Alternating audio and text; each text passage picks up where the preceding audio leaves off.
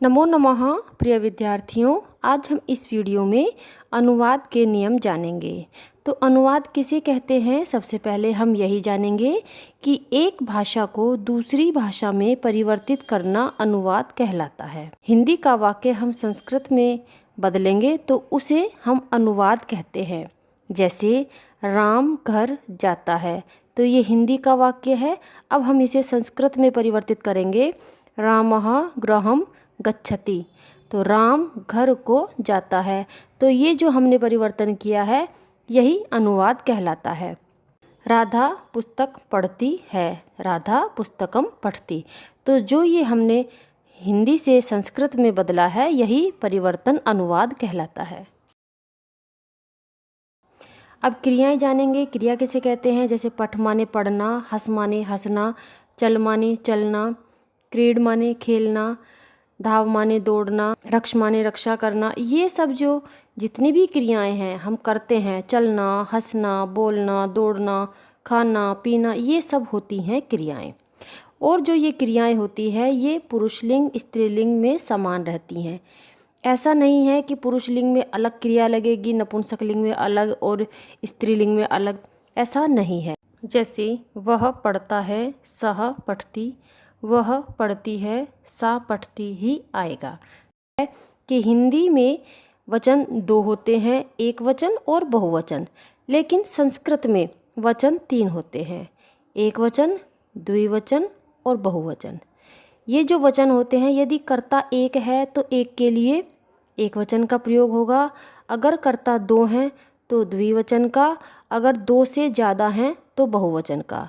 जैसे एक वचन में राम पढ़ती, राम पढ़ता है, तो इसमें राम एक है तो पढ़ती हमारी क्रिया लगी है। अगर हम कहेंगे कि राम और श्याम पढ़ते हैं, तो इसमें राम और श्याम तो दो कर्ता हो गए, क्रिया हमारी फिर पठता द्विवचन की लगेगी, राम श्याम च पठतः।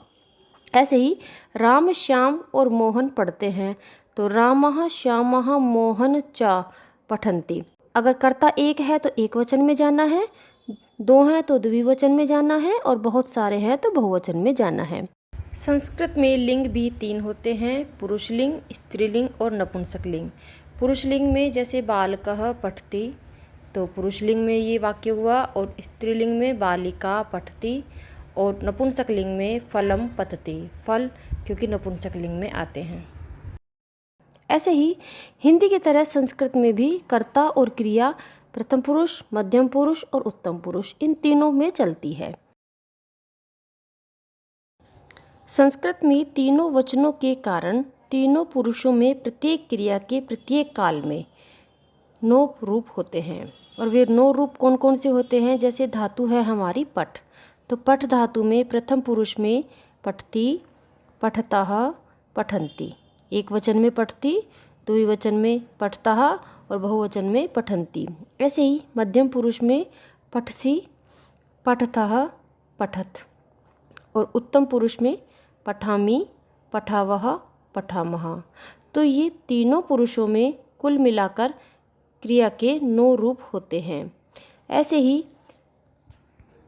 संस्कृत में जिस प्रकार क्रिया के 9 रूप होते हैं अभी आपको बताया, ऐसे ही कर्ता के भी 9 रूप होते हैं। जैसे प्रथम पुरुष में सह माने वह, तव माने वे दोनों, ते माने वे सब। तो मध्यम पुरुष में त्वम, युवाम, यूयम। त्वम माने तुम, युवाम माने तुम दोनों, यूयम माने तुम सब, ठीक है। और उत्तम पुरुष में अहम माने मैं, और आवाम माने हम दोनों, वयम माने हम सब। ये उत्तम पुरुष में ही आते हैं। जैसे यदि हम कहेंगे वह पढ़ता है, तो वह जो है प्रथम पुरुष के एक वचन में आता है, तो यहाँ हम पठती अगर लगाएंगे तो वह पढ़ता है, ये बिल्कुल वाक्य सही होगा। ऐसा नहीं है कि हम कोई भी क्रिया का कोई भी शब्द उठाकर यहाँ लगा दे, पठता, पठन्ति, पठाओ, ऐसा कुछ नहीं। केवल जहाँ प्रथम पुरुष का एक वचन है, कर्ता एक है, तो क्रिया भी एक वचन की ही लगेगी। और सह, तव, ते ये प्रथम पुरुष में ही आते हैं। वे दोनों पढ़ते हैं, तो तव पठतः, वे सब पढ़ते हैं, ते पठन्ति। ये उभयलिंग होते हैं। त्वम पठसि, त्वम माने तुम, तो इसमें हम मध्यम पुरुष का एक वचन लगाएंगे। त्वम पठसि, तुम पढ़ते हो, तुम दोनों पढ़ते हो।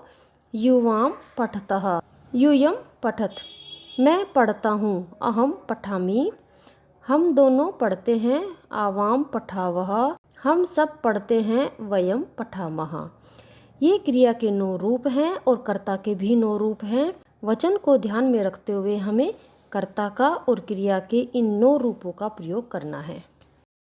आइए जानें, संस्कृत में क्रिया के काल को व्यक्त करने के लिए निम्नलिखित लकारों का प्रयोग किया जाता है। वैसे लकारों की संख्या 10 होती है, लेकिन जो अधिकतर प्रयोग में आते हैं वे केवल 5 लकार हैं। तो वो लकार हैं लट लकार, लिट लकार, लंग लकार, विधि लिंग लकार, लोट लकार। तो लट लकार को हिंदी में कहते हैं वर्तमान काल, और लिट लकार को भविष्य काल, लंग लकार को भूतकाल, विधिलिंग लकार को चाहिए अर्थ में। जैसे कोई वाक्य है हमारा कि उसे पढ़ना चाहिए, तो जिस वाक्य में चाहिए जैसे शब्द आते हैं वहाँ पर विधिलिंग लकार का प्रयोग होता है। और लोट लकार में आज्ञा सूचक, तो जिस वाक्य में आज्ञा दी जाती है, जैसे वह पढ़े, वह खाए, वह वहाँ जाए, तो इसमें आज्ञा दी जा रही है, तो यहाँ पर लोट लकार का प्रयोग होता है। जैसे लट लकार यानी वर्तमान काल में वह पढ़ता है, तो वह को हम संस्कृत में कहते हैं सह, और पढ़ता है को पठति। ऐसे ही वह पढ़ेगा, तो भविष्य काल का प्रयोग हो रहा है, तो सह माने वह, पठिष्यति माने पढ़ेगा। ऐसे ही भूतकाल में उसने पढ़ा, तो सह अपठत, और उसे पढ़ना चाहिए, ये विधिलिंग लकार का वाक्य है, तो सह पठे। और लोट लकार में वह पढ़े, सह पठतु। इनके जो शब्द चलते हैं, क्रिया के जो 9 रूप हैं, हर लकार में अलग अलग चलते हैं। वो इस प्रकार चलेंगे, जैसे लट लकार में पठति, पठतः, पठन्ति, पठसि, पठतः, पठत, पठामि, पठावः, पठामा। तो ये हो गए हमारे लट लकार के। और लिट लकार में पठिष्यति, पठिष्यतः, पठिष्यन्ति, पठिष्यसि, पठिष्यतः, पठिष्यत, पठिष्यामि, पठिष्यावः, पठिष्यामः। ऐसे ही लंग लकार में आपठत, आपठताम, आपठन, आपठ, आपठतम, आपठत, आपठाव, आपठाम। ऐसे ही विधिलिंग लकार में पठेत, पठेताम, पठेयुः, पठे, पठे, पठेतम, पठेत, पठेयम, पठेव, पठेम।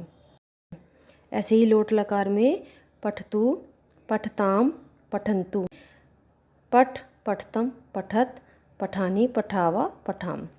तो ये जो जितने भी लकार हैं, 5 लकार हैं, इनके हर लकार के 9 रूप आपको याद करने हैं, और तभी हम एक बहुत अच्छी तरह से अनुवाद बना सकते हैं। तो संस्कृत में अनुवाद बनाते समय हमें वचन, लिंग और पुरुष को ध्यान में रखना है, और धातु रूप, शब्द रूप भी याद करने होते हैं।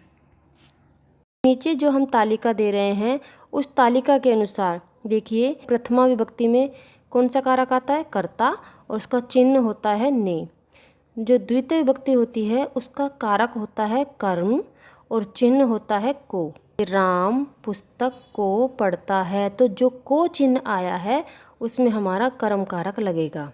तृतीय विभक्ति में करण, जैसे से या द्वारा, या किसी की सहायता लेकर जब कोई कार्य करते हैं तो वहाँ पर तृतीय विभक्ति का प्रयोग होता है। ऐसे ही चतुर्थी विभक्ति में संप्रदान कारक लगता है के लिए।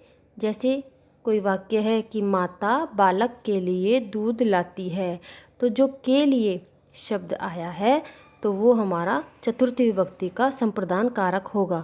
ऐसे ही पंचमी में अपादान में अलग होने पर, जैसे बच्चा छत से गिरा, पेड़ से पत्ता गिरता है, ऐसे ये जो ऐसे वाक्य बनते हैं वहाँ पर पंचमी विभक्ति का प्रयोग होता है। षष्ठी विभक्ति में संबंध, जैसे का, के, की, रा, रे, री, ये जो चिन्ह आते हैं वो षष्ठी विभक्ति में संबंध कारक में आते हैं। ऐसे ही सप्तमी विभक्ति में अधिकरण कारक होता है, इसका चिन्ह होता है में पर। जैसे टोकरी में फल है, पेड़ पर बंदर हैं, ऐसे जो वाक्य होते हैं उसमें चिन्ह आया है में और पर, तो यहाँ पर सप्तमी विभक्ति अधिकरण कारक है। ऐसे ही संबोधन, संबोधन में हम जब किसी कार्य को संबोधित करते हुए, जैसे कि किसी को पुकारते हैं, हे, ओ, अरे, ए आदि करके कोई बात करते हैं, तो जिस वाक्य में ये शब्द आते हैं तो वहाँ पर संबोधन कारक होता है। तो अब हमने क्या जाना कि संस्कृत में वचन कितने होते हैं, पुरुष कितने होते हैं, लिंग कितने होते हैं और कौन कौन से होते हैं। कर्ता के 9 रूप होते हैं, क्रिया के भी 9 रूप होते हैं। 5 लकार, लट, लिट, लोट, लंग, विधिलिंग। लकार जाना, विभक्ति कारक और उनके चिन्ह को हमने जाना। आज इस वीडियो में हमने बस अनुवाद के ये नियम ही जाने हैं। अगली वीडियो में हम लकारों के आधार पर अनुवाद के नियम जानेंगे। धन्यवाद।